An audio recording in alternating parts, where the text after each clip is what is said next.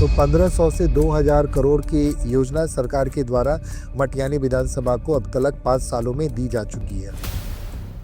पहले सामो सिर्फ एक पुल बन रहा था मटियानी और सामो के नॉर्मल ब्रिज बन रहा था और आज उस ब्रिज को रक्सौल हल्दिया एक्सप्रेसवे के साथ अलाइन कर दिया गया। 30 वर्षों से 1992 में मुझे याद है कि हम लोग का भी घर पूरी तरह से गंगा में चला गया था, सब लोग बांध पे आ गए थे और 30 वर्षों से आज भी बहुत सारे लोग बांध पे बसे हुए हैं। हमने आने के साथ ही लगातार सरकार का इस ओर ध्यान आकृष्ट कराया है।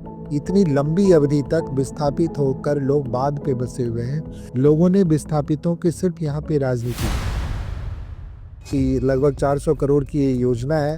प्रगति यात्रा में आदरणीय नीतीश कुमार जी ने इसकी घोषणा की थी कि अब ये बेगूसराय बाईपास के रूप में गुप्ता लखमनिया बांध का चौड़ीकरण हो रहा है, तो स्वतः जो बाकी लोग जो है विस्थापित, उन सभी लोगों को बसाना सरकार की प्राथमिकता में है। सामो निश्चित रूप से मटियानी का एक बिल्कुल अलग थलग प्रखंड था और सामो की स्थिति बहुत ही खराब थी। न सड़कें थी वहाँ पे, न स्वास्थ्य की सुविधा थी, न वहाँ शिक्षा की, मैंने कहा उच्चतर शिक्षा की सुविधा थी। मुझे इस बात का संतोष है कि आज सामो जैसे प्रखंड में लगभग 100 करोड़ से अधिक की योजना मेरे कार्यकाल में सरकार ने वहाँ पे दिया और मुझे इस बात की खुशी है कि इस प्रगति यात्रा के दौरान सामो के लिए डिग्री कॉलेज की स्वीकृति हुई और उसका निर्माण का कार्य भी आरंभ हो चुका है। जिन लोगों की सरकारें नहीं, उनके विधायक रहे अगर अधिकतम समय में, लेकिन मटियानी विधानसभा का वो अपेक्षित विकास नहीं हो सका। तो अगर महत्वाकांक्षा पूछते हैं मेरी, तो मेरी महत्वाकांक्षा है तो मटियानी को नंबर 1 बनाना है। आपकी सबसे बड़ी ताकत क्या है? हमारी सबसे बड़ा ताकत मटियानी के लोग का हमारा प्रति विश्वास और उससे बढ़ के मेरे लिए कोई ताकत बड़ी नहीं। नीतीश कुमार जी की तुलना तेजस्वी यादव और किनको से कह रहा, ये बिल्कुल बेकार बात है। नीतीश कुमार अपने आप में लेजेंड छथिन। नमस्ते, प्रणाम। मैं Neha Singh Rathore the casual talk के नए एपिसोड में आप सभी का स्वागत करती हूँ। आज हमारे साथ एक बेहद खास मेहमान जुड़े हैं जो कि नेता हैं, बिजनेसमैन हैं और शिक्षा सोच और एक नई क्षमता लेकर समाज में आए हैं, जिन्होंने अपनी सोच के माध्यम से अपनी संवेदनशीलता समाज में दिखा के बहुत ही अहम भूमिका निभा रहे हैं। नमस्ते सर, कैसे हैं आप? जी नमस्ते, बिल्कुल ठीक है। सर, आप जब पहली बार विधायक बने तो विधायक के तौर पर आपका अनुभव कैसा रहा? पहली बार का अनुभव काफ़ी अच्छा रहा मेरा और ये सही बात है कि इससे पहले मैं एक्टिव पॉलिटिक्स में नहीं था, लेकिन सामाजिक कार्यों से जुड़ा हुआ था और जब राजनीति में आया तो लगा कि राजनीति के माध्यम से समाज का बहुत भला हो सकता है। यदि एक पॉजिटिव और एथिक्स के साथ अगर राजनीति की जाए तो समाज के लिए आप काफ़ी उपयोगी साबित हो सकते हैं और समाज को राजनीति से फायदा हो सकता है। तो मेरे लिए अभी तक का कार्यकाल काफ़ी संतोषप्रद रहा। और आपसे जनता कितनी संतुष्ट है? जनता कितनी संतुष्ट है, ये सवाल तो जनता से आपको पूछना चाहिए।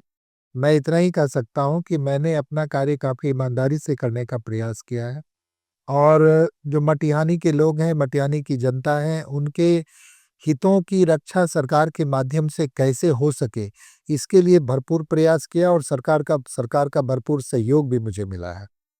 मटिहानी की आज रूपरेखा बदल चुकी है और मुझे लगता है कि मटिहानी के लोगों की सोच भी विकास के प्रति बदली है निश्चित रूप से। अब लोग विकास के मायने शिक्षा, स्वास्थ्य, सड़क, युवाओं के लिए रोजगार, इन चीज़ों से लोग जुड़ के एक प्रतिनिधि का जो कार्य होना चाहिए उसकी ओर लोग देखना शुरू किए हैं। तो ये काफ़ी अच्छी बात है। मटिहानी के लोगों से आपको पूछना पड़ेगा कि उनके लिए मेरा कार्यकाल उनके लिए कितना संतोषप्रद रहा है। मैंने ईमानदारी से कार्य किया है, मैं अपनी बात कर सकता हूँ। एक विधायक के क्या-क्या कार्य होते हैं? देखिए, आप कॉन्स्टिट्यूशनली देखेंगे तो विधायक के कार्य काफ़ी महत्वपूर्ण कार्य होते हैं। अब जब कोई भी प्रतिनिधि चुना जाता है तो उसकी एक लेजिस्लेटिव ड्यूटी तो होती है। विधायी कार्यों में विधानसभा में जाके विधायी कार्यों में भाग लेना, सरकार की नीतियों का निर्धारण भी विधायकों के अनुशंसा से होता है, उनमें उनकी चर्चा होती है। इन सारे कार्यों में भागीदारी निभानी और एक्टिव पार्टिसिपेशन करना ताकि आप सरकार के जो विधेयक आते हैं, जो नियम बनते हैं, वो कितना जनोपयोगी है, कितना क्षेत्र के लिए फ़ायदा है उसमें, तो इन सारी चीज़ों में तभी विधायक कारगर हो सकते हैं जब इन चीज़ों में विधानसभा में इन चीज़ों के प्रति रुचि रखेंगे। तो एक विधायी कार्य तो होता ही है, बजट से लेके हर विधेयक पे विधायकों को ये मौका मिलता है कि वो अपनी बात को रखें और उनकी बात इसलिए सुनी जाती है क्योंकि वो जनता के रिप्रेजेंटेटिव होते हैं। सरकार जो चुन के सरकार बनाते हैं लोग, उनको रिप्रेजेंट करते हैं, तो विधायक का एक सबसे महत्वपूर्ण कार्य तो विधायी कार्यों में पूरा एक्टिवली पार्टिसिपेट करना ये तो होता ही है। साथ ही साथ मुझे लगता है कि विधायक एक सेतु की तरह कार्य करता है सरकार और लोगों के बीच में। ताकि जो जनोपयोगी जितनी भी योजनाएँ हैं उनको सरकार से लाके जनता तक पहुँचाना ये उद्देश्य होता है और विधायक का ये कार्य भी होता है। वो जो पुल का काम होता है करना सरकार और लोगों के बीच का, वो पुल का कार्य करना भी होता है और मुझे लगता है कि विधायक को एक और एडिशनल कार्य भी निश्चित रूप से वो निहित होता है। वो आपके आचरण में, आपके स्वभाव में आपकी कार्यशैली में परिवर्तित होता है चूँकि जब आप विधायक होते हैं तो आप पे लाखों लोगों की निगाहें होती और लाखों युवा आपसे प्रेरित भी हो सकते हैं, पॉजिटिवली हो सकते हैं, नेगेटिवली हो सकते हैं। तो आप कैसा संदेश लोगों को देना चाहते हैं, वो आपके आचरण में, आपके व्यवहार में, आपके स्वभाव में झलकता है, तो बहुत बड़ी ज़िम्मेदारी होती है। You are always on the focus, you are always before the camera. तो आपको निश्चित रूप से आपके आचरण, स्वभाव, व्यवहार कार्यशैली सभी ऐसा होना चाहिए कि लोग एमुलेट कर सकें। राजनीति में आने के लिए युवाओं को प्रेरणा मिल सके कि नहीं राजनीति में हमको हमको जाना चाहिए, राजनीति से समाज का कल्याण हो सकता है। तो ये सारे कार्य होते हैं और इन कार्यों को हर एक विधायक को करना चाहिए। मटिहानी विधानसभा को लेकर आपकी क्या-क्या प्राथमिकता है? किस चीज़ को आप ज़्यादा तवज्जो दे रहे हैं? नहीं, मटिहानी का पूरी तरह से विकास हो। जब मैं 2020 में आया और उससे पहले के मटिहानी में अ, ये मैं कोई गुरेज़ इसमें नहीं करूँगा चूँकि मटिहानी का प्रतिनिधित्व सरकार की तरफ से ही हो रहा था। जो सरकार जो रूलिंग पार्टी थी उन्हीं के विधायक पहले भी नेतृत्व कर रहे थे इसका। लेकिन मटिहानी का जो विकास के प्रति जो सोच होना चाहिए था, शिक्षा, सड़क, स्वास्थ्य, युवाओं के लिए रोजगार, महिलाओं की सुरक्षा, इन सब चीज़ों से अलग हट के एक दूसरी तरह की राजनीति मटिहानी में चल रही थी, जिसको काफ़ी सस्ती लोकप्रियता की राजनीति आप कह सकते हैं, जिसमें विकास का कोई महत्व नहीं था। और इसी तरीके का राजनीति हो रहा था, तो मुझे लगता है कि मटिहानी को लेके जो मेरी प्राथमिकता है वो है कि सड़क, शिक्षा, स्वास्थ्य के साथ-साथ युवाओं के लिए रोजगार की व्यवस्था भी हो और ये सारे कार्य की ओर हम लोग प्रवृत्त हैं। हुँ। मटिहानी विधानसभा के विकास के लिए सबसे ज़्यादा ज़रूरी चीज़ क्या है? जो जो सबसे ज़्यादा सबसे मेन प्रायोरिटी है? नहीं देखिए, किसी भी क्षेत्र के विकास के लिए मेन प्रायोरिटी तो ये होता है कि उसका जो ह्यूमन रिसोर्स है वो डेवलप्ड हो और ह्यूमन रिसोर्स तभी डेवलप्ड होगा जब शिक्षा आएगी। प्राथमिक शिक्षा से लेके उच्चतर शिक्षा तक की व्यवस्था हो ताकि वो रिसोर्स डेवलप हो और अगर एक डेवलप्ड रिसोर्स के साथ विधानसभा आएगा तो सारे क्षेत्र में फिर विकास होता है। तो प्राथमिकता यही है मेरी कि पहले तो यहाँ के जो युवाओं की ऊर्जा है, जो उसकी एनर्जी है, उसको पॉजिटिव वे में उसको सही चैनलाइज़ करके और सही दिशा में उसको लगाया जाए और इसीलिए शिक्षा को काफ़ी हम लोगों ने तवज्जो दिया। मटिहानी विधानसभा में जब मैं आया था, तो यहाँ पे लोगों की माँग थी और हम लोगों ने भी माँग उठाया था कि एक डिग्री कॉलेज होना चाहिए। तब मुझे नियम की जानकारी नहीं थी कि अनुमंडल स्तर पे ही डिग्री कॉलेज बनाने का नियम सरकार का है। और मटिहानी पूरा विधानसभा बेगूसराय अनुमंडल में पड़ता है। यहाँ पहले से ही 5 डिग्री कॉलेज थे। तो इस नियम के तहत मटिहानी विधानसभा में डिग्री कॉलेज नहीं हो सकता था। लेकिन हमने सोचा कि मटिहानी विधानसभा काफ़ी विस्तृत विधानसभा है। इसका एक भाग जो है सामो है, जो यहाँ के जिला मुख्यालय से अनुमंडल मुख्यालय से 80 किलोमीटर की दूरी पे है, गंगा के पार है। भौगोलिक रूप से उसकी स्थिति बिल्कुल ही अलग-थलग पड़ी हुई है। तो मैंने सामो को एक विशेष स्थिति बना के लगातार सरकार से इसकी माँग की कि सामो में एक डिग्री कॉलेज होना चाहिए मुख्यमंत्री जी ने बड़ी संवेदनशीलता के साथ हमारी बात को सुना, समझा और मुझे इस बात की खुशी है कि इस प्रगति यात्रा के दौरान सामो के लिए डिग्री कॉलेज की स्वीकृति हुई और उसका निर्माण का कार्य भी आरंभ हो चुका है। और सामो का डिग्री कॉलेज पूरे राज्य के लिए एक नज़ीर बना और जो बजट सेशन आया हम लोग का मार्च में जी। उसमें पूरे प्रखंड के लिए डिग्री कॉलेज का नियम बन गया कि अब जिन प्रखंडों में भी डिग्री कॉलेज नहीं है तो वहाँ पे भी डिग्री कॉलेज होना चाहिए। तो ये काफ़ी संतोषप्रद रहा, शिक्षा को तवज्जो सरकार भी दे रही है। आज आपको पता होना चाहिए कि बिहार की सरकार शिक्षा पे अपने बजट का सबसे बड़ा भाग व्यय कर रही है, 60,000 करोड़ का बजट शिक्षा के ऊपर और सबसे बड़ा बजट शिक्षा के ऊपर है। तो सरकार भी समझती है कि हम लोगों को शिक्षित करके ही किसी भी क्षेत्र का ह्यूमन रिसोर्स को डेवलप कर सकते हैं, तो हम लोग भी उसी दिशा में अग्रसर हैं। मटिहानी विधानसभा में लास्ट 5 सालों में आपके द्वारा किए गए प्रमुख कार्य क्या-क्या हैं? आपने क्या-क्या वहाँ पे काम किया? अभी मैंने बताया कि सबसे बड़ी बात है कि शिक्षा के क्षेत्र में सामो जैसे प्रखंड में डिग्री कॉलेज की स्थापना हो।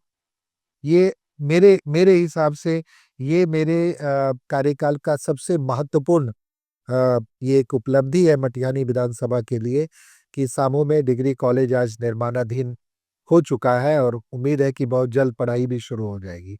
उसके बाद हम एक ऐसे क्षेत्र से आते हैं जहां लगातार बाढ़ की समस्या बनी रहती है।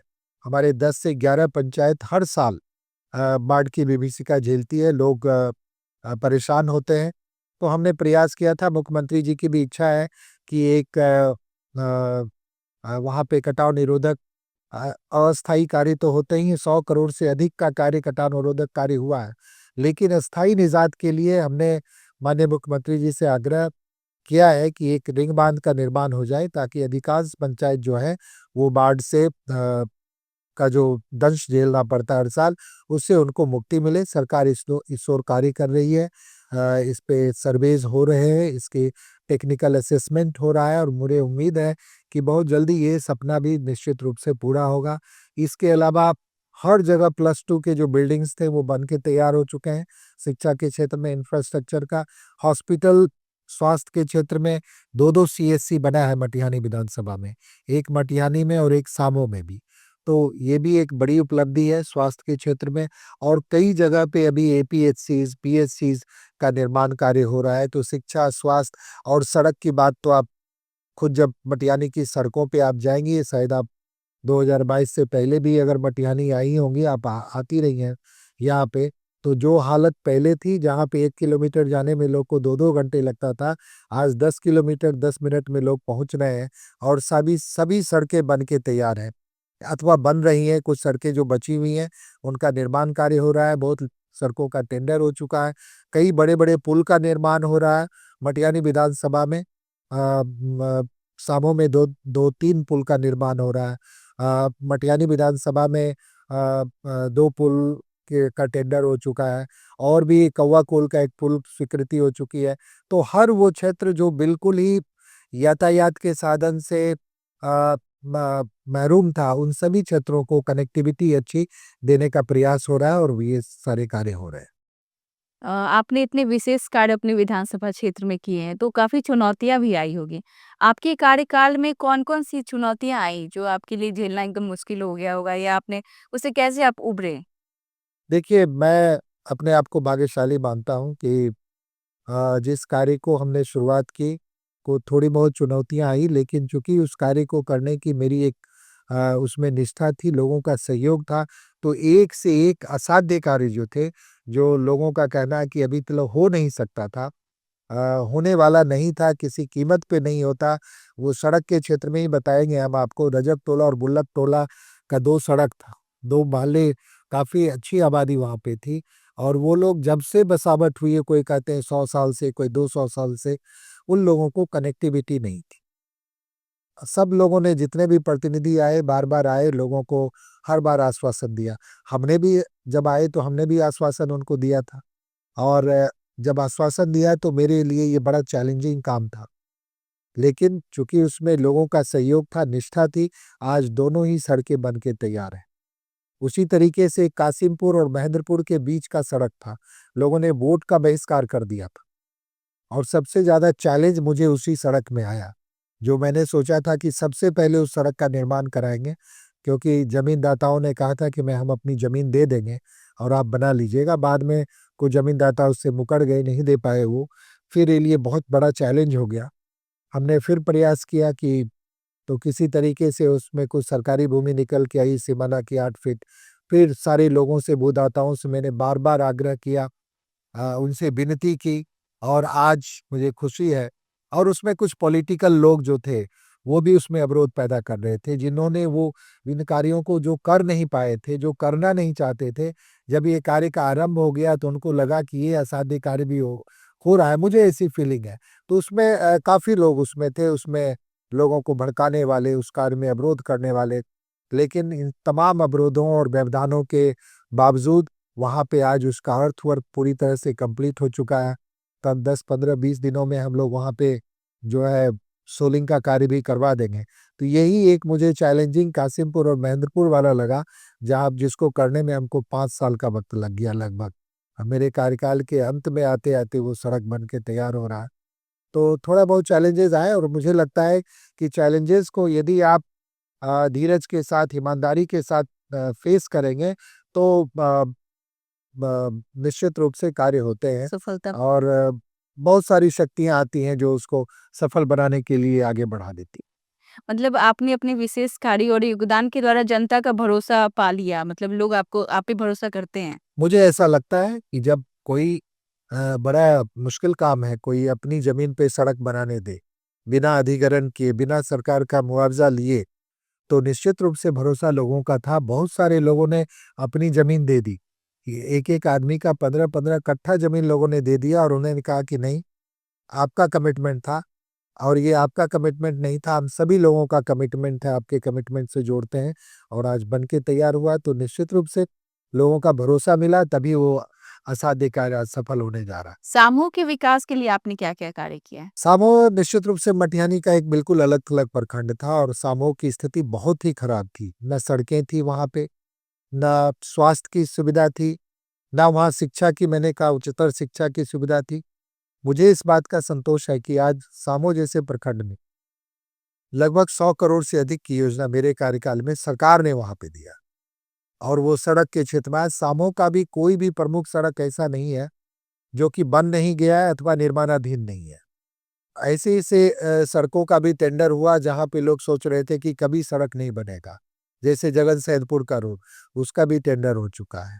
बड़ी सड़कों में एक-एक सड़क 25-25 करोड़ की लागत से एक-एक सड़क का निर्माण हुआ, सड़क और पुल के साथ में। वो सब सड़कों की स्थिति आज से 2 साल पहले बहुत ही खराब स्थिति थी। तो इन स्थितियों में ही रखने की एक कुचेष्टा रही जनप्रतिनिधियों के द्वारा, मैं कहूँगा, ताकि लोगों को वंचित रख के और उनके जो तकलीफ है, उसकी राजनीति करना शुरू कि अगली बार कर देंगे, अगली बार कर देंगे। तो मैंने प्रयास यही किया कि लोगों की तकलीफ़ों को जल्दी से जल्दी दूर करें, उनकी समस्याओं का समाधान करें, और इन समस्याओं से जब वो बाहर निकल जाएँगे, मूलभूत समस्याओं से, तब बड़ी-बड़ी चीज़ों की माँग आएगी लोगों के बीच में, और तभी विकास के कार्य और आगे बढ़ेंगे। तो हमने प्रयास किया, सामों में काफ़ी कार्य हुए हैं। सड़क, शिक्षा, स्वास्थ्य, हर क्षेत्र में कार्य हुआ है। मैंने पहले ही बताया आपको कि सामों में डिग्री कॉलेज का निर्माण शुरू हो गया है। सामों में एक बड़ा सामुदायिक स्वास्थ्य केंद्र बन के तैयार है, और भूमि का, उसके भवन का उद्घाटन हो चुका है। स्वास्थ्य सेवा का उद्घाटन बहुत जल्दी की शुरुआत 15-20 दिनों के अंदर हो जाएगी। अ, उसी तरीके से वहाँ पे एक थाने का निर्माण हो रहा है, वो भी 8 करोड़ की लागत से भवन बन रहा है। 8 करोड़ की 8 करोड़ की लागत से थाना के भवन का। वहाँ पे थाना का भवन पहले जो था वो किराए के भवन में चल रहा था, आज वो भी निर्माणाधीन है। तो काफ़ी कार्य हमने करने का प्रयास किया है, और और सामो का पुल सामो का पुल चूँकि हमारे कार्यक्षेत्र से बाहर, हमारे स्कोप से बड़ा चीज़ है। लेकिन आपके माध्यम से हम निश्चित रूप से बताना चाहेंगे कि सामो के पुल पे लोगों ने एक-दूसरे को भ्रम की राजनीति यहाँ फैलाने की कोशिश की। आदरणीय गिरिराज जी ने, और उससे पूर्व राकेश सिन्हा जी ने भी इसके लिए काफ़ी प्रयास किया, और चूँकि गिरिराज जी सांसद हैं, मंत्री हैं, उन्होंने भी भरपूर प्रयास किया, और सामो का पुल की स्थिति ये है कि आज सामो का पुल निर्माण की अंतिम प्रक्रिया में है। पहले सामो सिर्फ एक पुल बन रहा था मटियानी और सामो के नॉर्मल ब्रिज। नॉर्मल ब्रिज बन रहा था, और आज उस ब्रिज को रक्सौल हल्दिया एक्सप्रेसवे के साथ अलाइन कर दिया गया। जब ये अलाइनमेंट हो गई तो ये बड़ा कार्य और हो गया। अब सामो के लोग सिर्फ सामो और मटिहानी उस ब्रिज से नहीं जाएंगे, बल्कि उनको एक्सेस पूरा एक एक्सप्रेसवे के साथ भी मिल रहा है। तो इसी को लेके लोगों ने भ्रम फैलाने का कोशिश किया। यहाँ पे कुछ जब जिन लोगों को राजनीति करने के लिए कुछ नहीं मिलता है, तो वो इस तरीके की भ्रम की राजनीति करते हैं। कुछ प्रबुद्ध लोग भी इसमें शामिल हो जाते हैं। मुझे तकलीफ तब होती है कि जब प्रबुद्ध लोग सब कुछ समझते हुए और इस तरीके का भ्रम फैलाने की कोशिश करते हैं लोगों में, तो तकलीफ होती है। सामो का पुल बन रहा है, इसमें कहीं कोई संकोच नहीं है। मैं साक्षी रहा हूं चूंकि डिस्कशन का, आदरणीय गडकरी जी के साथ अभी 17 जून को बैठक थी सांसद महोदय की, मुझे भी उसमें बुलाया गया था। तो मैं तो साक्षी था, सुन रहा था हर एक बात को। तो सामो का ब्रिज बन रहा है, सामो लोगों को एक्सेस मिल रहा है ब्रिज से, मटिहानी को एक्सेस मिल रहा है एक्सप्रेसवे में। एक 700 किलोमीटर से अधिक के एक्सप्रेसवे में एक छोटे से प्रखंड को एक्सेस मिले, एग्जिट मिले, उसके लिए स्पर क्रिएट हो, तो ये बहुत बड़ी बात होती है। ये बन के तैयार होगा तब लोगों को लगेगा कि बहुत ही बड़ा कार्य सांसद जी ने इसके लिए करवाया है। सर, आपकी शुरुआती दिनों की बात जानना चाहते हैं कि कैसे आप एक बेगूसराय बिहार के एक छोटे से गांव से इतनी अच्छी शिक्षा पाए और फिर नेता बने, बिजनेस इतना अच्छा ग्रो किया। अपनी स्टार्टिंग की जर्नी कुछ बताइए। देखिए, ये तो कुछ पारिवारिक आपके संस्कार होते हैं। ये सही बात है कि बेगूसराय के एक छोटे से गांव, नया गांव में गंगा के किनारे हम पैदा हुए। लेकिन मैं खुशनसीब रहा कि मैं थोड़ा सा जब मैं पैदा हुआ तो परिवार में किसी प्रकार की वैसी दिक्कत नहीं थी। मेरी शिक्षा दीक्षा बाहर करवाई गई। मैं हमेशा बिहार से बाहर पढ़ा, और 9th-10th में मैं बिहार में आ गया था पढ़ने के लिए। और मैंने पाटलिपुत्रा पहले 9th मैंने सेंट माइकल से किया, फिर 10th में हम पाटलिपुत्रा हाई स्कूल गए। वहाँ से मैं बिहार का टॉप 10 में मैं था। पहली बार नेतरहाट के इतर किसी स्कूल को अगर टॉप 10 में आना तो पाटलिपुत्रा हाई स्कूल का था। 84 का मैं पाटलिपुत्रा हाई स्कूल से, शायद मेरा 7th रैंक था 10th। बिहार में 10th में। उसके बाद मैंने साइंस कॉलेज से +2 किया, 1 साल ग्रेजुएशन भी किया। फिर मैं दिल्ली यूनिवर्सिटी चला गया ड्रॉप करके, चूँकि सेशंस लेट हो रहे थे यहाँ पे। वहाँ से रामजस से मैंने ग्रेजुएशन किया, और फिर शिक्षा चलती रही यूँ ही। फिर बिजनेस में कैसे टर्न हो गया? शिक्षा के क्षेत्र में मैंने काफ़ी, जैसे सभी लोग जो यहाँ से बाहर जाते हैं, बिहार से बाहर जाने वालों का सबका सपना होता है कि सभी के माता-पिता भी सोचते हैं वो बाहर जा रहा है तो आईएएस, आईपीएस करके आएगा। तो हम भी वहाँ पे गए थे इसी सपने को लेके, हमने भी तैयारी की। मैंने भी इंटरव्यूज़ दिए। अल्टीमेटली मेरा नहीं हो सका सिलेक्शन। उसके बाद ही मैं एकेडमिक्स के क्षेत्र में ही बना रहा वहाँ। वहाँ पे मैंने सिविल सर्विस का इंस्टीट्यूट शुरुआत की, और वो आज भी चल रहा है। बाद में इंस्टीट्यूट मेरे फ्रेंड्स चला रहे थे। फिर मैं बिहार आ गया, क्योंकि यहाँ पे भी मेरी प्रतिबद्धता थी। यहाँ पे आके मैंने इस परिसर को डेवलप करने का प्रयास किया 2010 के बाद, और धीरे-धीरे हम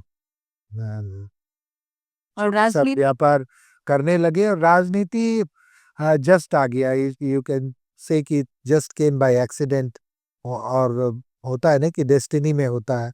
मैं बिहार में था, बिजनेस में कर ही रहा था, लेकिन सामाजिक सरोकार से हम लोग हमेशा जुड़े हुए थे। और मुझे लगता है कि अगर आप अ, किसी भी काम को आप ईमानदारी से करते हैं तो हर काम की सिमिलैरिटी होती है। ये सिर्फ एक कहना है कि आप बिजनेस में हैं कि पॉलिटिक्स में हैं, कोई बहुत बड़ी बात, दोनों में यदि एथिक्स हो तो चीज़ें बड़ी आसान सी लगती हैं, कोई बहुत डिफिकल्ट नहीं लगता। एक बिजनेसमैन की लाइफ और एक पॉलिटिशियन की लाइफ में कितना अंतर है? देखिए, एथिक निश्चित रूप से पॉलिटिशियन की लाइफ, फिर आप सिर्फ अपने लिए नहीं होते हैं, आपके साथ लाखों लोगों की आशाएं आकांक्षाएं जुड़ी होती हैं। बिजनेस का तो एक आवर है, हमारा बिजनेस आवर है 10 to 5, 10 to 8, जैसा भी है आप उसमें आप इधर। लेकिन पॉलिटिक्स में कोई आवर नहीं, आप 24/7 लोगों के लिए हैं। किसी को रात के 2 बजे भी कोई समस्या होगी तो वो बड़ी आशा और उम्मीद के साथ सबसे पहले अपने विधायक को फोन करता है।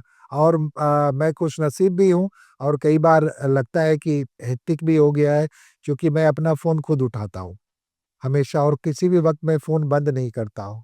और जब लोगों का टेलीफ़ोन आता है रात के 2 बजे, ढाई बजे, 1 बजे, तो मैं उस कॉल को निश्चित रूप से लेता हूँ।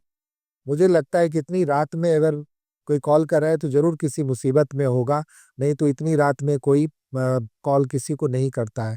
तो ये सारी चीज़ें हैं कि आप जब पॉलिटिक्स में होते हैं तो आपके पास कोई अपने लिए वक़्त नहीं होता, आपका सारा वक़्त अ, अपनों के लिए होता है, आपके इतने सारे अपने होते हैं, उन सभी के लिए आप हो जाते हैं, तो थोड़ा-सा ये लगता है और धीरे-धीरे जब आप जेल कर जाते हैं उसमें, तो फिर वो भी आसान-सा लगने लगता है।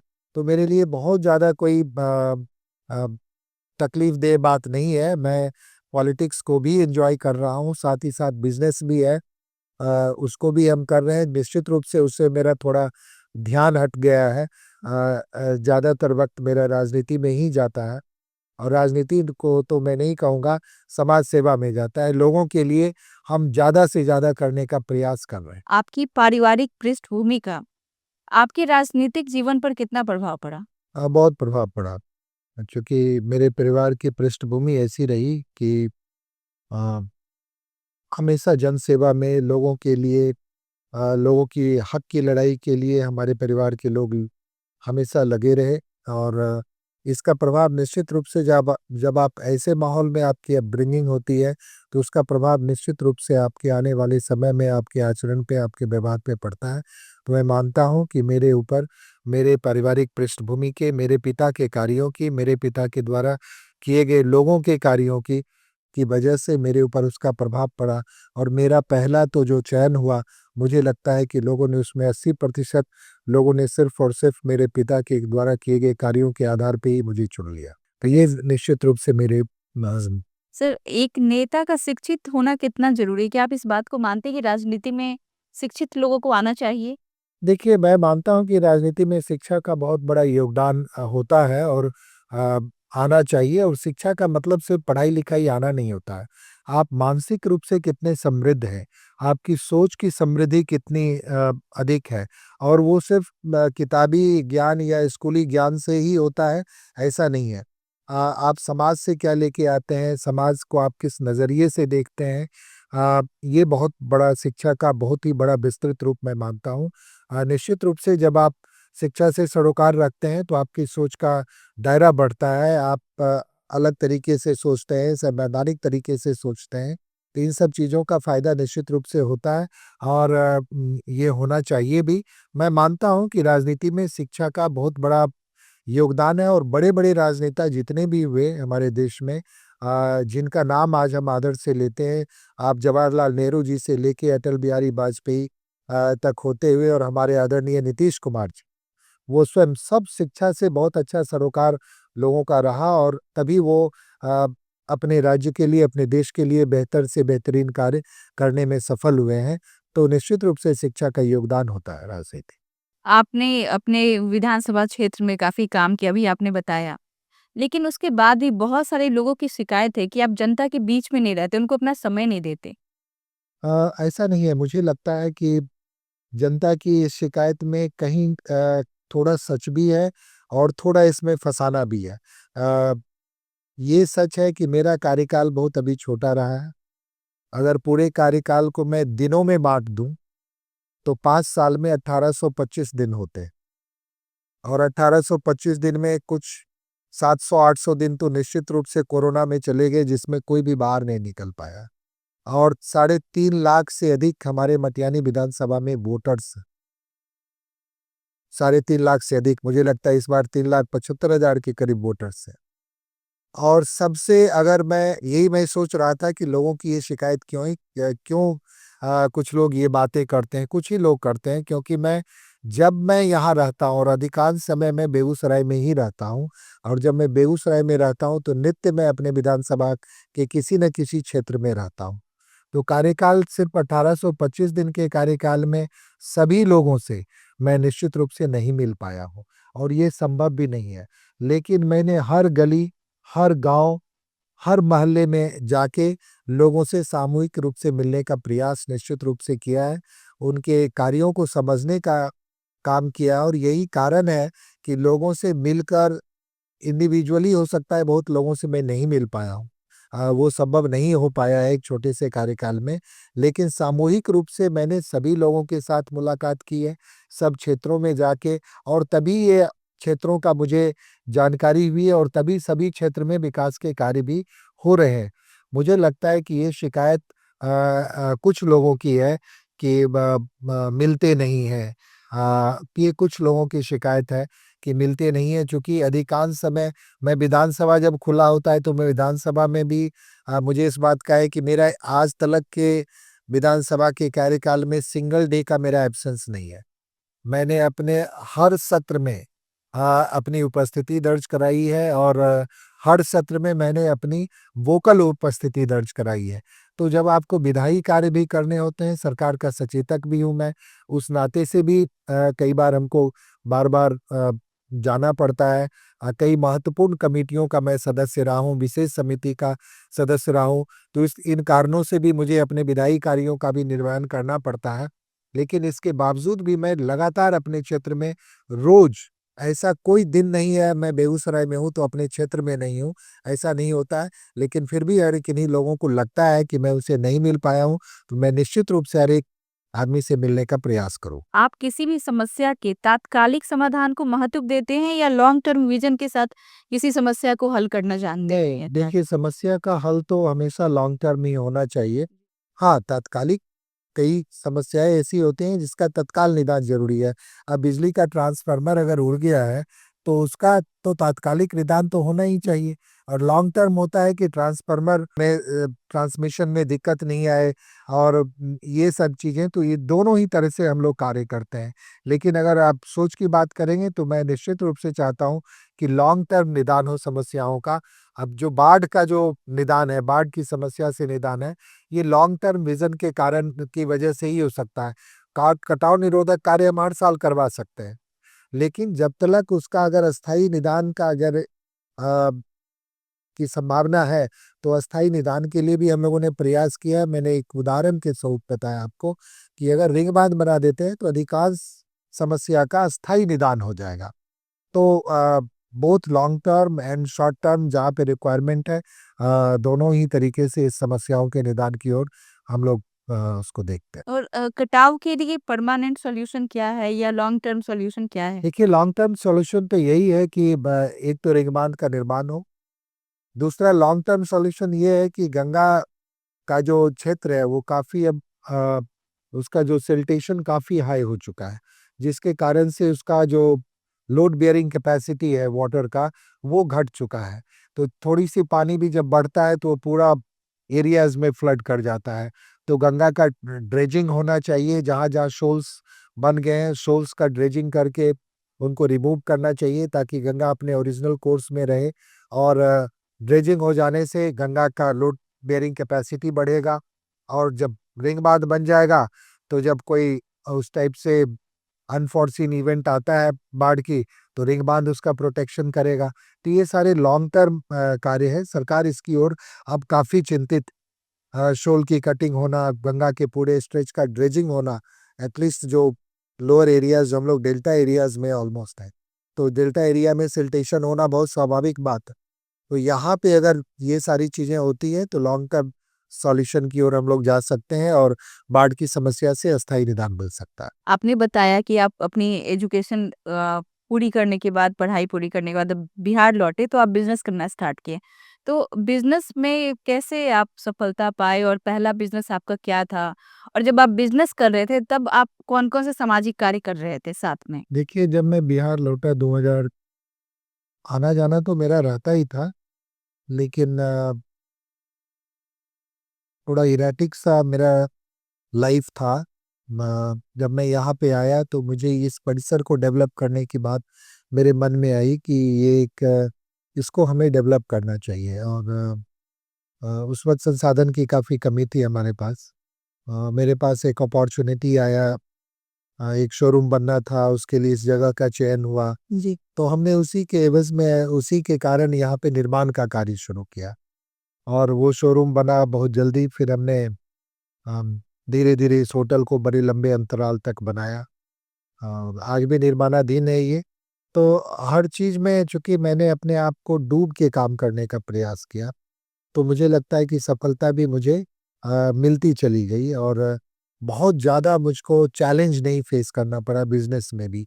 शायद मेरी महत्वाकांक्षा बहुत बड़ी नहीं थी, इसलिए या आशीर्वाद था बुजुर्गों का, लोगों का, अ, जिसके कारण मैं इस क्षेत्र में भी बिल्कुल स्क्रैच से मैंने यहाँ पे शुरुआत की थी और उसमें भी मुझे सफलता मिलती चली गई। और साथ ही साथ चूँकि सामाजिक पृष्ठभूमि ऐसी थी कि जो सामाजिक कार्य जैसे कोई आपदा की स्थिति आ गई, बाढ़ आ गई, तो उसमें जैसे हमारे परिवार में हमारे पिता क्या करते थे, अन्य लोगों ने भी उनके बाद भी इस परंपरा को कायम रखा, तो उसमें हम लोग लगातार सहयोग करते रहे। तो एक सामाजिक सरोकार भी बना रहा हमारा और बिज़नेस के साथ-साथ उसको हम लोग साथ-साथ लेके चलते रहे। नो डाउट बिज़नेस प्राइमरी था और सामाजिक वो सेकेंडरी स्टेज पे था। कितने दिनों की मेहनत है आपका ये बिज़नेस? ये तो काफ़ी अभी भी लगातार जारी है और मुझे लगता है 2010 में हमने इसको बनाना शुरू किया। उसके पहले इसकी पृष्ठभूमि तैयार करने में मुझे काफ़ी समय लगा। तो it took me a very long time से 20-25 years to uh, reach this place, because सब कुछ हमने स्क्रैच से शुरू किया था। रोज़गार के लिए आपने मटिहानी के युवाओं के लिए क्या दिया है? क्या किया वहाँ पे आपने? देखिए मेरी काफ़ी इच्छा है कि जब ये सारे मूलभूत चीज़ें हो जाती हैं, शिक्षा, स्वास्थ्य, सड़क, तो जो प्राइमरी चीज़ें हैं, जो ह्यूमन रिसोर्स जो आप डेवलप करना चाहते हैं, उनको आप चैनलाइज़ कैसे करेंगे? उनकी एनर्जी को आप कहाँ लगाएँगे? जब तक रोज़गार के अवसर नहीं होंगे, तब तक ये नहीं हो सकता है। बेगूसराय बिहार का सबसे बड़ा इंडस्ट्रियल टाउन माना जाता है, इसको औद्योगिक राजधानी भी कहते हैं और यहाँ पे कुछ औद्योगिक प्रक्षेत्र भी हैं, आईओसीएल है, एनटीपीसी है, लेकिन सिर्फ इससे युवाओं को रोज़गार नहीं मिलेगा। जब और भी प्राइवेट सेक्टर्स यहाँ नहीं प्ले करेंगे, रोज़गार के अवसर नहीं उत्पन्न होंगे, तब तक हम युवाओं को रोज़गार नहीं दे सकते हैं और सरकार इस ओर काफ़ी प्रयत्नशील है। अभी आपको बता दें अभी जो मुख्यमंत्री जी आ रहे हैं, तो काफ़ी बड़ा प्रपोज़ल भी है फिर से जिला प्रशासन ने बना के दिया है, जिसमें एक बड़े इंडस्ट्रियल एरिया का डेवलपमेंट, एक इंडस्ट्रियल हब का डेवलपमेंट अलोंग रिवर गंगोइज़ के साथ में काफ़ी ज़मीन है वहाँ पे, वो है। यूनिवर्सिटी का प्रोजेक्ट है, एक प्राइवेट यूनिवर्सिटी वेदांता के लिए ज़मीन देना है, वो भी उसी एरिया में देना है। कैंसर हॉस्पिटल का निर्माण होना है, ड्राई पोर्ट का निर्माण होना है। अ, म तो ये सारी चीज़ें और सिमरिया धाम का हुआ है, उसके साथ-साथ पर्यटन के क्षेत्र का और विकास होगा। तो हर क्षेत्र में जब विकास डेवलपमेंट के वर्क होंगे, तो रोज़गार के अवसर भी पैदा होंगे। हम लोग इंडिविजुअल लेवल पे यहाँ पे होटल का व्यवसाय कर रहे हैं। अपने स्तर से होटल और शोरूम, रॉयल एनफ़ील्ड के शोरूम से लगभग 200 लोगों का रोज़गार तो हम लोग दे ही रहे हैं। तो मुझे लगा कि यदि डेवलपमेंट का वर्क बढ़ेगा तेज़ी से, तो रोज़गार के अवसर निश्चित रूप से और पैदा होंगे और स्थानीय स्तर पे जो हम ह्यूमन रिसोर्स डेवलप करेंगे, उनको भी प्रॉपर हम लोग चैनलाइज़ कर पाएँगे उनकी एनर्जी को। तो ये बड़ा चैलेंज है और इस चैलेंज को हम लोगों को निश्चित रूप से फेस करना है। सरकार इस ओर काफ़ी संवेदनशील है। आप जान ही रहे हैं कि बिहार की सरकार लगातार रोज़गार से लोगों को जोड़ने के लिए एक से एक कार्य कर रही है। युवाओं को कौशल विकास के माध्यम से कई तरीके का लोन देकर और अभी जो 94 लाख परिवारों का मैपिंग हुआ है, जो गरीबी रेखा से नीचे के परिवार हैं, उनको 2-2 लाख रुपया हर परिवार को देकर उनको रोज़गार से जोड़ने का कार्य, तो सरकार अपने ओर से भी सारे कार्य को कर रही है और ये सबसे बड़ा चैलेंज होगा कि इन कार्यों को अगर हम कर लेते हैं, तो युवाओं का जो जो हम लोग शिक्षा को इतना तवज्जो दे के ह्यूमन रिसोर्स को डेवलप कर रहे हैं, तो उनको प्रॉपर चैनल भी, प्रॉपर उनके योग्यता का यहीं पे उसका उपयोग हो, उनकी ऊर्जा का बिहार के विकास में उपयोग हो, उसके लिए बिहार का और औद्योगिक विकास होना काफ़ी ज़रूरी है और ये सारे कार्य बिहार की सरकार आदरणीय नीतीश कुमार जी लगातार कर रहे हैं। लोजपा से चुनाव जीतकर जदयू में आने के पीछे की क्या वजह थी आपकी? देखिए, जब मैं चुनाव जीत कर आया तो मैं खुद जीत के नहीं आया। लोगों ने मुझे विधानसभा भेजा। तो मेरी प्रतिबद्धता मटिहानी के लोगों के प्रति थी और लोगों ने काफ़ी आशा और उम्मीद के साथ मुझे चुना, ऐसा मुझे लगा। और उन आशाओं और उम्मीदों की पूर्ति तभी हो सकती थी जब हम सरकार के साथ रह के उन उम्मीदों को पूरा कर सकते थे। आदरणीय नीतीश कुमार जी के नेतृत्व और मार्गदर्शन में ही ये कार्य संभव हो सकता था। तो मैंने ये सोचकर कि मेरी प्रतिबद्धता लोगों के प्रति, मटिहानी के लोगों के प्रति, उनके जो विकास की जो उनकी चाहत है, उसके प्रति ज़्यादा है। तो मैं ये सोच के आदरणीय नीतीश कुमार जी के नेतृत्व में कार्य करने के लिए आ गया। सड़क, शिक्षा और स्वास्थ्य आपके मुख्य कार्य क्षेत्र रहे हैं। अगर हम इनको साइड कर दें, तो इसके अलावा आपने अपने विधानसभा के लिए और क्या-क्या किया है? देखिए, सड़क, शिक्षा, स्वास्थ्य के अलावा अगर इन चीज़ों को आप अलग कर देते हैं, तो मैंने आपको पहले ही बताया कि मटिहानी में एक बाढ़ की आपदा से लगातार ग्रसित होने वाला क्षेत्र है और बाढ़ से यहाँ के लोगों को स्थायी निदान मिले और इसके लिए कार्य करना बहुत ज़रूरी है। तो हमने उस अस्थायी निदान का प्रयास किया। 2022 के बाढ़ में 2021 में ही शायद जो सबसे बड़ी बाढ़ आई थी, उसमें आदरणीय नीतीश कुमार जी मटिहानी आए थे और वहीं से हम लोगों ने उनसे आग्रह किया था कि एक रिंग बांध का निर्माण हो जाए, तो इससे अस्थायी निदान हो सकता है। मुख्यमंत्री जी ने तत्काल उसी वक्त वहीं से स्थल से ही निर्देश दिया था। सेम डे सारे विभाग के लोग आए, एक रूपरेखा बनी और उसके लिए कार्य आरंभ हुआ। लेकिन तात्कालिक निदान के लिए लगातार कटाव निरोधक कार्य भी होते रहे वहाँ पे। बोल्डर का कार्य पहली बार फिर से शुरुआत हुई मटिहानी में। 100-120 करोड़ के आसपास का कार्य बोल्डर से कटाव निरोधक कार्य किए गए उन क्षेत्रों पे जहाँ पे रिंग बांध बनाना संभव नहीं था। लेकिन आधे एरिया में 10 किलोमीटर के स्ट्रेच में रिंग बांध बनाने का कार्य जो है, उसके लिए भी स्वीकृति सरकार की मिली है। उस पे पुणे बेस्ड एक कंपनी को सर्वे का कार्य दिया गया है और वो कार्य भी मुझे लगता है कि निश्चित रूप से आने वाले समय में उसके लिए भी हम लोग लगातार लगे हुए हैं। तो इन चीज़ों के अलावा शिक्षा, स्वास्थ्य, सड़क के अलावा जो मटिहानी के लोग जो आपदा से बार-बार पीड़ित होते हैं, उनको उससे अस्थायी निदान मिले। ये एक महत्वपूर्ण कार्य है। इसके लिए अभी इनिशियल स्टेज पे काम हुआ है, लेकिन अस्थायी जो इसका निर्माण होना है, अस्थायी निदान जो इसका होना है, उसके लिए हम लोग लगातार प्रयासरत हैं। सरकार भी इस ओर आगे कदम बढ़ा चुकी है, तो हम मानते हैं कि उधर उस ओर भी हम लोग लगातार उन्मुख हैं। और महिला सुरक्षा? महिला सुरक्षा के क्षेत्र में आपने क्या-क्या किया है? देखिए, महिला सुरक्षा के लिए तो आदरणीय नीतीश कुमार जी शुरू से कार्य कर रहे हैं। 2005 में देखिए, महिला की सुरक्षा तब तक नहीं हो सकती है जब तक महिलाएं सबल नहीं होगी, राजनीतिक रूप से, आर्थिक रूप से। और जब राजनीतिक और आर्थिक रूप से सबल हो जाती हैं, तो सामाजिक रूप से स्वतः वो सबल हो जाती है। आदरणीय नीतीश कुमार जी ने इस चीज को समझा। 2005 में 50% का आरक्षण महिलाओं को पंचायत और जो नगर निकायों में दिया।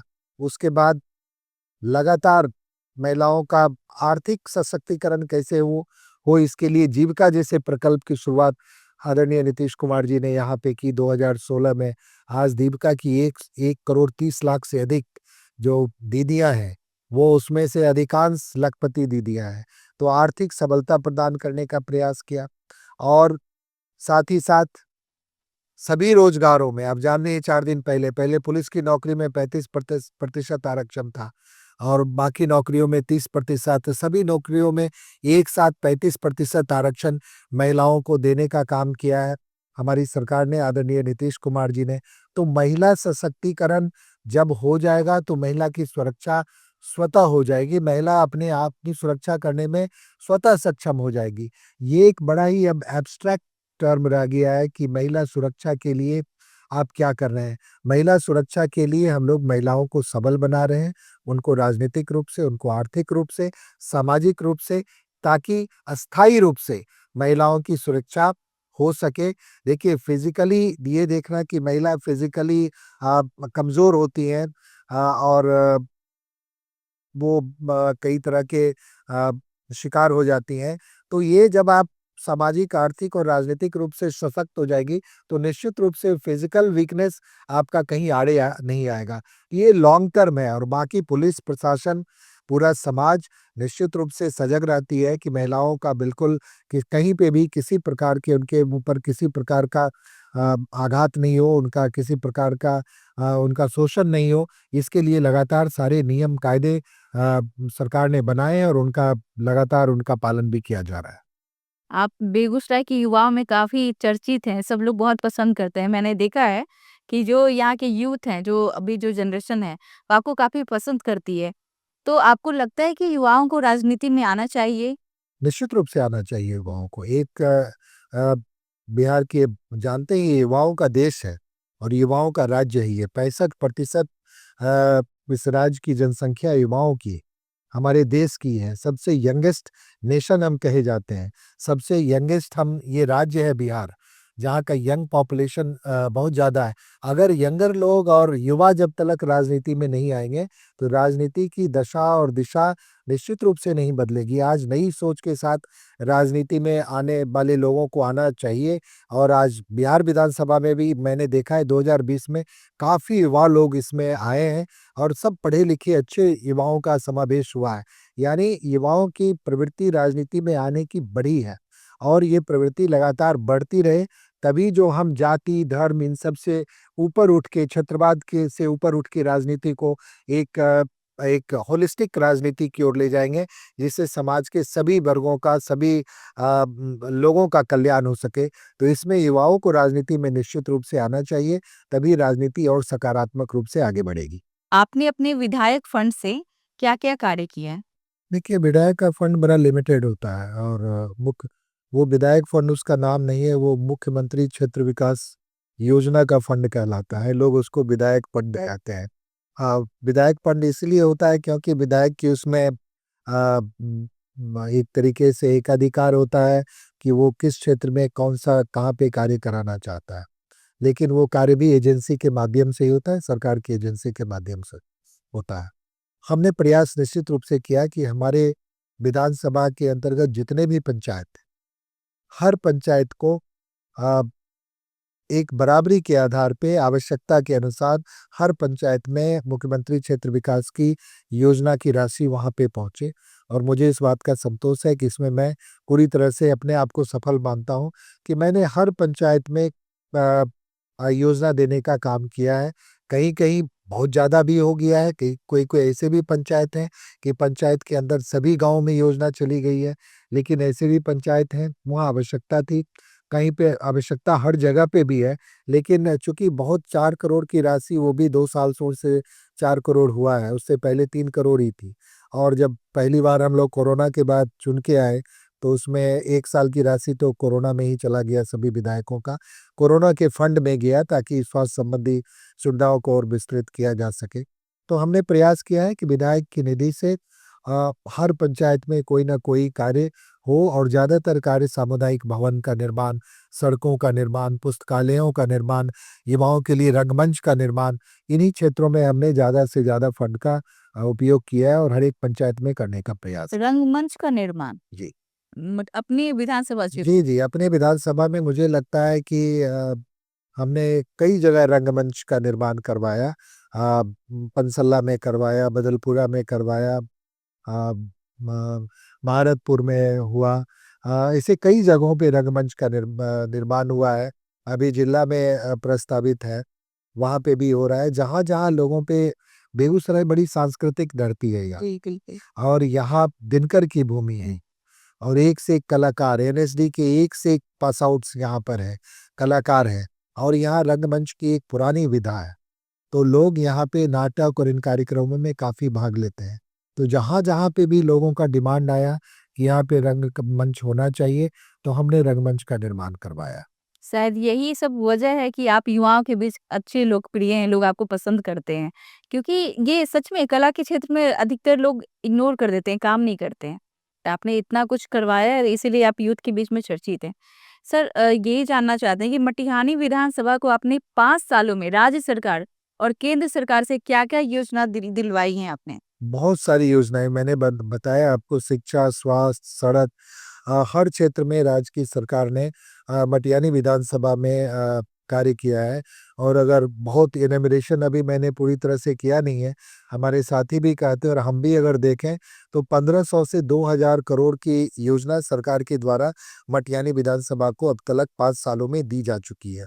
तो ये बड़ी बात है एक विधानसभा के लिए और यही दिखाती है आदरणीय नीतीश कुमार जी की संवेदनशीलता कि मटियानी जिन चीज़ों से वंचित रहा, विगत वर्षों में सरकार की नुमाइंदगी के बावजूद भी, तो शायद सरकार को समझ में आया और सरकार को हम बताने में सफल हुए और हमारी बात को सुनी गई और मटियानी आज विकास के हर क्षेत्र में काफ़ी तेज़ी से आगे बढ़ रहा है। बांध पर बसे गंगा कटाव से विस्थापित लोगों के लिए आपने बहुत प्रयास किया जैसा कि आपने बताया, पर अभी भी लोग वहां पर रह रहे हैं।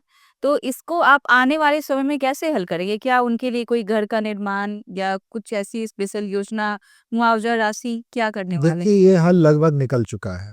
30 वर्षों से 1992 में मुझे याद है कि हम लोग का भी घर पूरी तरह से गंगा में चला गया था, सब लोग बाँध पे आ गए थे। और 30 वर्षों से आज भी बहुत सारे लोग बाँध पे बसे हुए हैं। हमने आने के साथ ही लगातार सरकार का इस ओर ध्यान आकृष्ट कराया है। इतनी लंबी अवधि तक विस्थापित होकर लोग बाँध पे बसे हुए हैं, उनके लिए भूमि मिलना चाहिए। लोगों ने विस्थापितों की सिर्फ यहाँ पे राजनीति की। अगली बार का उनको ये दिया। मुझे संतोष है कि अब हम लोग इसमें सफल हो चुके हैं।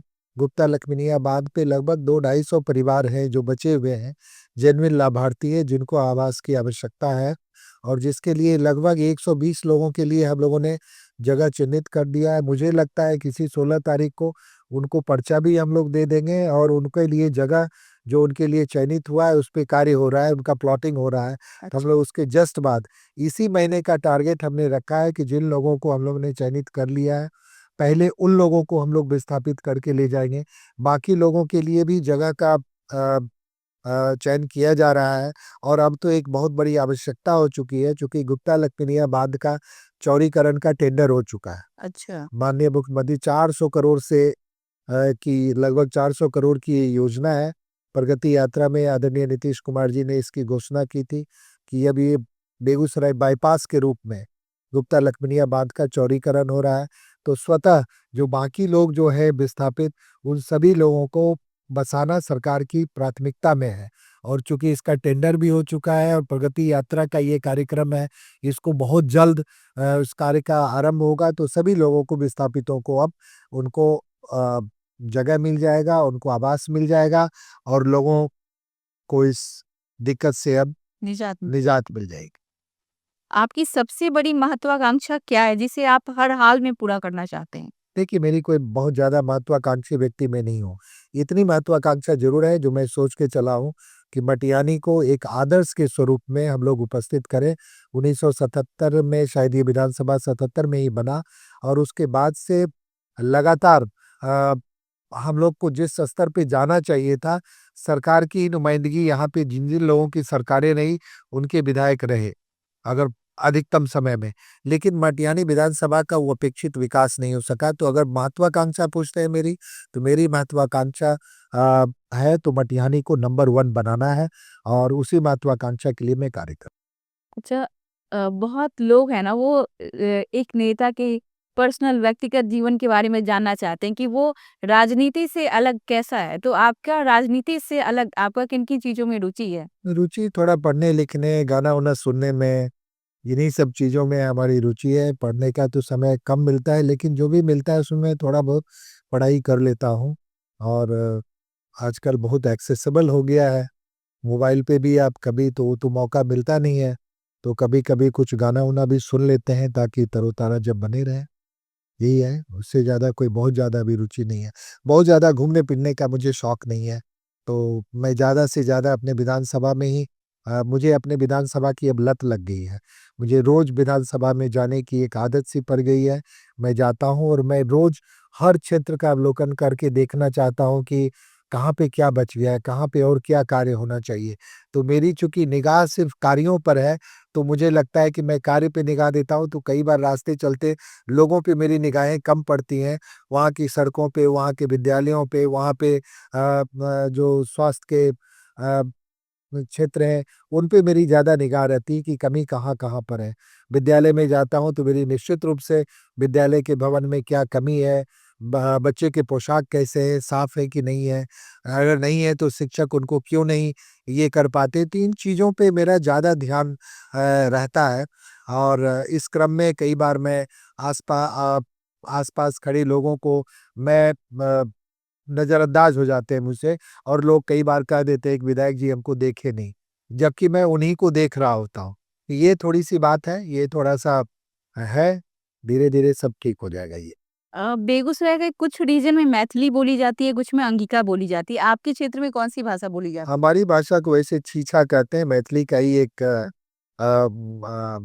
स्वरूप है ये भी।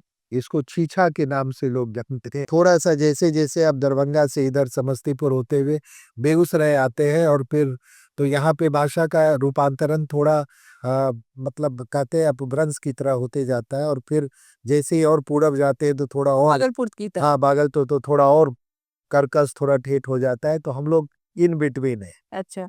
तो सर अभी मैं आपसे कुछ पूछूँगी तो आपको अपनी भाषा में उसका जवाब देना है। राजनीति में आपका आदर्श कौन है? राजनीति में हमारा आदर्श नीतीश कुमार छथि। कारण? कारण उनकर कार्यशैली, उनकर कार्य करे के तरीका, उनकर सादगी, उनकी ईमानदारी, ई सबसँ हम बहुत प्रभावित छियै। हमरा लगै छै कि नीतीश कुमार एहनी सब नेताके बनैके चाही और उनकी जे सोच हुनकर विकास के प्रति, बिहार के विकास के प्रति, बिहार के युवाओं के प्रति, बिहार के हर एक महिला के प्रति जे हुनकर सोच छै, हर बुजुर्ग के प्रति जे सोच छै, बुजुर्ग सम्मान का जीवन केना जी सकथिन, देखबे के लिए अहाँ सब कि 400 से बढ़ाए के ओकरा 1100 रुपया कह देल गेलै पेंशन के राशि के। तो ये ई सब सोच के साथ जे नेता आगाँ बढ़े छै, वो निश्चित रूप से तोहर आदर्श होइक चाही। हर एक युवा का आदर्श भी नीतीश कुमार जी होइक चाही, चूँकि उनकर ईमानदारी, उनकर सादगी, उनकर कार्य करे के तरीका, उनकर मार्गदर्शन, दूरदर्शिता, ई सब प्रेरणा के विषय छै।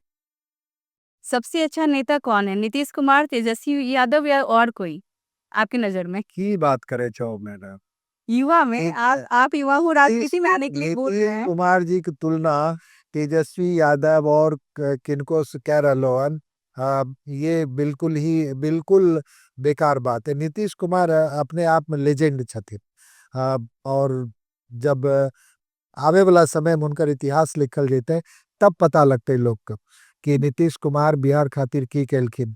एक तरफ श्री कृष्ण जी सिंह के बाद जो बिहार के प्रथम मुख्यमंत्री बनलखिन, ओकर बाद बीच में कोई भी आदमी नहीं छथिन। नीतीश कुमार और सिर्फ नीतीश कुमार। आपकी सबसे बड़ी ताकत क्या है? हमर सबसे बड़ा ताकत मटिहानी के लोग का हमरा प्रति विश्वास और उससे बढ़ के मेरे लिए कोई ताकत बड़ी नहीं।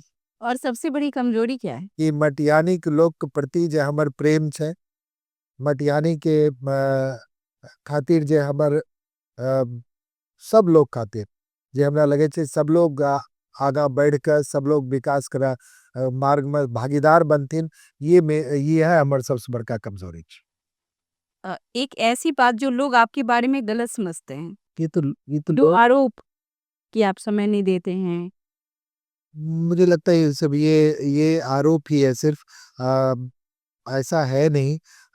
गलत समझते हैं तो उनसे पूछना चाहिए कि आपको कि मेरे बारे में गलत क्या समझते हैं, ये लोग बताएंगे।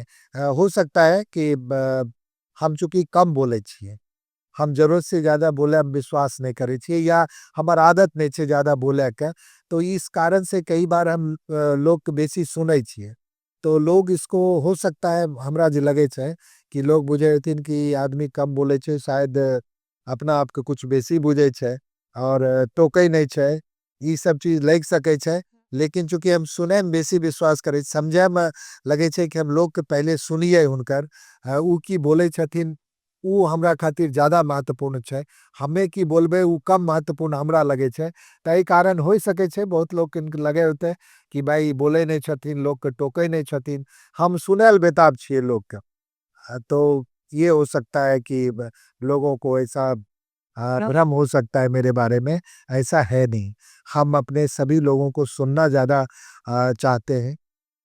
बोलने की कम आदत मेरी वैसे भी है, तो ये एक कारण हो सकता है। पसंदीदा जगह बिहार में घूमने के लिए? मटियानी विधानसभा का हर गली, हर गांव और वहाँ जाना मेरा हमर सबसे पसंदीदा जगह पिछला 5 साल से यह है। इसके अलावा हम कहीं नहीं गए। अगर एक दिन के लिए बिहार के मुख्यमंत्री बन जाएं तो क्या करेंगे? ये तो बड़ा उल्टा सवाल पूछ रहे होते हैं। ए, ए, आप हमसे ये पूछते हैं कि एक दिन के लिए अगर सब लोग हमको अपना अपना समझ लें तो हम क्या करेंगे। ये ज्यादा प्रासंगिक था। हमारे मुख्यमंत्री एक दिन के लिए नहीं, अनंत काल के लिए मुख्यमंत्री बने रहेंगे। एक दिन भी बिहार उनको मुख्यमंत्री के पद से अलग नहीं देखना चाहता है। वो मुख्यमंत्री हैं तो हम लोग सब अपने आप को मुख्यमंत्री समझते हैं हमेशा के लिए। 2025 में आपकी पार्टी सत्ता में आएगी कि नहीं? निश्चित रूप से 100% और पूरी ताकत के साथ जनता दल यूनाइटेड एनडीए की सरकार बन रहे हैं। और जो नाराज है अब की 2025 फिर से नीतीश और 225 ये नारा एकदम पूरा हो जा रहा है। राजनीति में पैसा ज्यादा जरूरी है या जनाधार? जनाधार। जनाधार। और बिना पैसों की राजनीति हो सकती है? देखिए, कुछ चीजें ऐसी हैं कि बिना पैसों की राजनीति करना थोड़ा मुश्किल निश्चित रूप से है, लेकिन पैसा इम्पोर्टेंस नहीं रखता। मैं इसको हिंदी में ही आपको ज्यादा कह दूं तो ज्यादा सही रहेगा। लोगों को लगता है कि बहुत बड़े बड़े बाहुबली धन बली राजनीति में आके बहुत कुछ कर सकते हैं, तो वो कई बार करने में सफल हो जाते हैं। लेकिन कई बार जिन्होंने राजनीति में अपनी शुचिता से अपनी ईमानदारी से सिर्फ राजनीति में आए हैं, उन्होंने एक से एक बाहुबलियों को धूल चटा दिया है। तो राजनीति में अल्टीमेटली जनाधार आपकी ईमानदारी और लोगों का आपके प्रति जो विश्वास है वो कायम देता है। पैसा बहुत ज्यादा उसका वो हवा हुआ बनाने के काम में आ जाता है, लेकिन जो असली हवा होती है आपके अपना व्यवहार होता है, आपकी ईमानदारी होती है, जो अल्टीमेटली लोगों के दिमाग में अब जाता है। और थोड़ा बहुत उसका प्रभाव पड़ता है, पैसे का बहुत ज्यादा प्रभाव नहीं होता। विपक्ष में सबसे समझदार नेता कौन है? फिलहाल कोई भी नहीं। आप हद से ज्यादा इंटेलेक्चुअल है इसलिए बोल रहे हैं या किसी क्या बात क्या है आखिर? नहीं, फिलहाल मुझे विपक्ष में समझदारी का काफी अभाव दिखा है। जो अब मैं जो देखता हूँ, क्योंकि विपक्ष जो होता है सरकार का बहुत महत्वपूर्ण अंग होता है और विपक्ष का कार्य होना चाहिए कि सरकार की नीतियों के निर्धारण में सकारात्मक सुझाव देके और सकारात्मक आलोचना करके नीतियों को और कारगर बनाना। लेकिन हमने अभी तक के 5 साल के कार्यकाल में विपक्ष को ऐसा कार्य करते हुए नहीं देखा है। कुर्सी पटकते देखा है, हंगामा करते देखा है, वेल में जाके बेवजह काम करते हुए देखा है और जब विधायी कार्य होते हैं तो उस वक्त वॉकआउट करते हुए देखा है। तो ये सबसे बड़ी बेवकूफ़ी होती है विपक्ष की तरफ से। जो आपको मौका मिलता है, सरकार को जब आक्रमण करने का मौका मिलता है, उनकी नीतियों का आक्रमण करने का मौका मिलता है, तब आप सदन से बाहर वॉकआउट कर जाते हैं। और जब हंगामा करने की बात आती है उस वक्त आप हंगामा करते हैं। तो मुझे कोई भी विपक्ष का नेता इसमें समझदार, मतलब सबसे समझदार नजर अभी तक नहीं आया, क्योंकि विपक्ष की जो असली जिम्मेदारी होनी चाहिए उसको उसका निर्वहन करने में मैंने किसी को देखा नहीं करते हुए। ये तो हुई राजनीतिक बातें। अब कुछ व्यक्तिगत बातें। आप फिल्में देखना पसंद करते हैं? करता था, अभी मौका नहीं लगता है, तो बहुत देखना मौका ही नहीं लगता है, लेकिन पसंद तो करते ही हैं।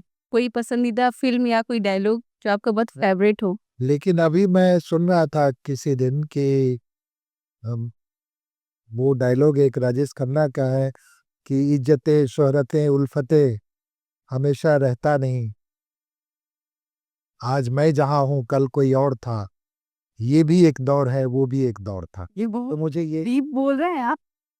यहाँ भी आपने डिप्लोमेटिक आंसर दिया है। छुट्टी मिलने पर कहाँ जाना पसंद करेंगे? अब प्लीज मत बोलिएगा कि विधानसभा क्षेत्र में जाएंगे। देखिए, छुट्टी मिलने पे चूंकि पिछले 5 सालों में मैं अपने परिवार के साथ बहुत कम समय व्यतीत कर पाया हूँ, तो मैं चाहूंगा कि जब छुट्टी मिले ऐसा तो पूरा परिवार एक साथ रह के हम लोग कम से कम परिवार के साथ बिताएं। कौन सा गाना बार बार गुनगुनाते हैं? मैं गाने का चूँकि कई गाने सुनते रहता हूँ, मैं तो कोई ऐसा पर्टिकुलर गाना नहीं है जिसको मैं बार-बार गुनगुनाता हूँ। कोई भी गाना मुझे जो अपील कर जाता है तो मैं उसको गुनगुना। लास्ट टाइम क्या अपील किया था? नहीं, अभी मैं आज सुबह ही सुन रहा था एक गाना, तो वो मुझे अपील कर गया। क्या था वो? ये ज़िंदगी दर्द भी है, ये ज़िंदगी है दवा भी, दिल तोड़ना ही न जाने, जाने ये दिल जोड़ना भी, इस जिंदगी का शुक्रिया सदके मैं ऊपर वाले, कल की हमें फुर्सत कहाँ, सोचें जो हम मत वाले, जीवन के दिन छोटे सही, हम भी बड़े दिल वाले।